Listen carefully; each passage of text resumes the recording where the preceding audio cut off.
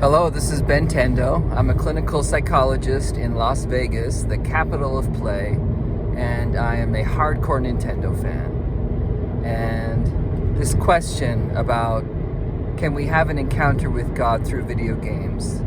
You know, it might sound sacrilegious to some people because I think a lot of people have a very limited view of God and religion and spirituality. But I've actually thought a lot about this question. And first of all, the answer to the question for me is yes. Yes, I do believe that we can have an experience of God, of the divine, of spirituality through video games. Now, I was raised in the Latter-day Saint Mormon Church in Utah and other places. So I have a lot of experience with organized religion and with the Abrahamic monotheistic religions. But when I was in graduate school, I went through a crisis of faith and I stopped believing in the Latter-day Saint Church, and I started studying all different kinds of religion and spirituality. And I actually ended up writing my dissertation on shamanism, which is the ancient religion of all of our ancestors, no matter what race or ethnic group you belong to. Every culture has shamanistic roots, and I won't get into a full discussion of what that is in this video, but the point is just that if you really think that the only religions that ever existed were the ones we have today, the basically monotheistic religions, that's really just not true.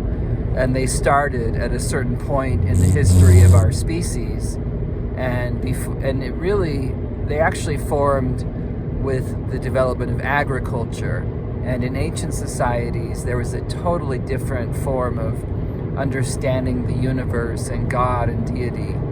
And most of those traditions you can describe as shamanistic, and they were really based in hunter-gatherer type societies where we weren't farming and using agriculture, and people had to hunt for food. And there was just a whole different understanding of the divine. People didn't really think of God as like one unitary being or thing. God was really there were many different gods, right? And a lot of people are familiar with like the ancient Greek gods, which really preceded a lot of the definitions and understandings of God and of God the Father and Jesus and Christianity. So it all evolved, right? And I'm not going to tell the whole history of it here, but it's very interesting when you study it and when you realize that it was very different at one time. And one thing that was more common in ancient times, or which was actually the norm, not just more common, but the norm, was that there were many different gods. So there was like the god Apollo, the god Artemis, and there was just a whole pantheon of gods, hence the pantheon in ancient Greece. And so it was a very different understanding. And another thing that's, I think, important to understand about ancient forms of spirituality is that they basically saw all of nature as being animated with spirit. And, there's probably people today that believe the same thing, but it's, to me, very interesting in video games that you can have a similar experience. You can play a video game and you can actually access a form of spirituality that our ancestors lived. So, for example, in The Legend of Zelda, in the game there will be sometimes three different deities representing different types of physical environments, like one in the desert, one in the water, and one in the sky, or something like that. And so it's actually much more closely aligned to the way that our ancestors experienced God and the divine. And the Native Americans, for example, had an animistic understanding of God, and they saw God as existing in the rivers, in the mountains, in the trees. And a lot of the modern religions, the monotheistic religions, have a very concrete view of God, like this idea that there's just one God, and God is supreme over all, and often God is personified and looks just like a human. And in ancient forms of religion, that wasn't always the case.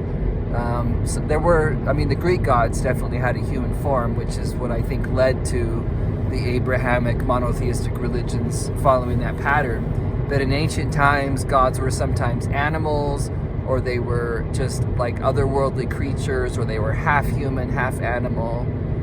So a very different understanding of God. And also, those ancient gods had a different type of morality. It wasn't the same that it is now. And like, for example, the Greek god Zeus, like, he cheated on his wife, like they would do things that our version of God today would never do. And I find it very helpful to study all that stuff, because it helps me to contextualize my experiences with religion. And you can see that, well, as the world was developing, people needed to have more rules to try to make sense of life and to get people to live in a structured way in society. So I think we've actually gone too far in that direction, and nowadays religion is just all about the rules, and it's kind of lost its magical, playful component in some ways.